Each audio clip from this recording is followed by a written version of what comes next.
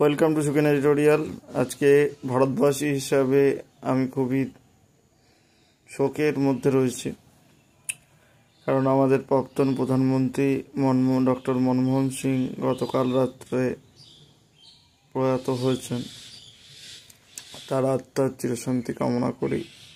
তিনি ছিলেন একজন বিশিষ্ট অর্থনীতিবিদ। ভারতীয় রাজনীতি এবং অর্থনীতিতে তার অবদান অবিস্মরণীয়। 1991 থেকে 1996 সাল পর্যন্ত ভারতের অর্থমন্ত্রী পদে থাকবার সময় তিনি যে অসামান্য দক্ষতার পরিচয় দিয়েছেন এবং তার মাধ্যমে ভারতের অর্থনীতি যেভাবে ঘুরে দাঁড়িয়েছিল সেইখান থেকে এবং ভারতের মুক্ত অর্থনীতির সৃষ্টিতে মনমোহন সিংয়ের অবদান অনস্বীকার্য। তিনি একজন বিখ্যাত অর্থনীতিবিদ এবং আরবিআইয়ের প্রাক্তন গভর্নর ছিলেন।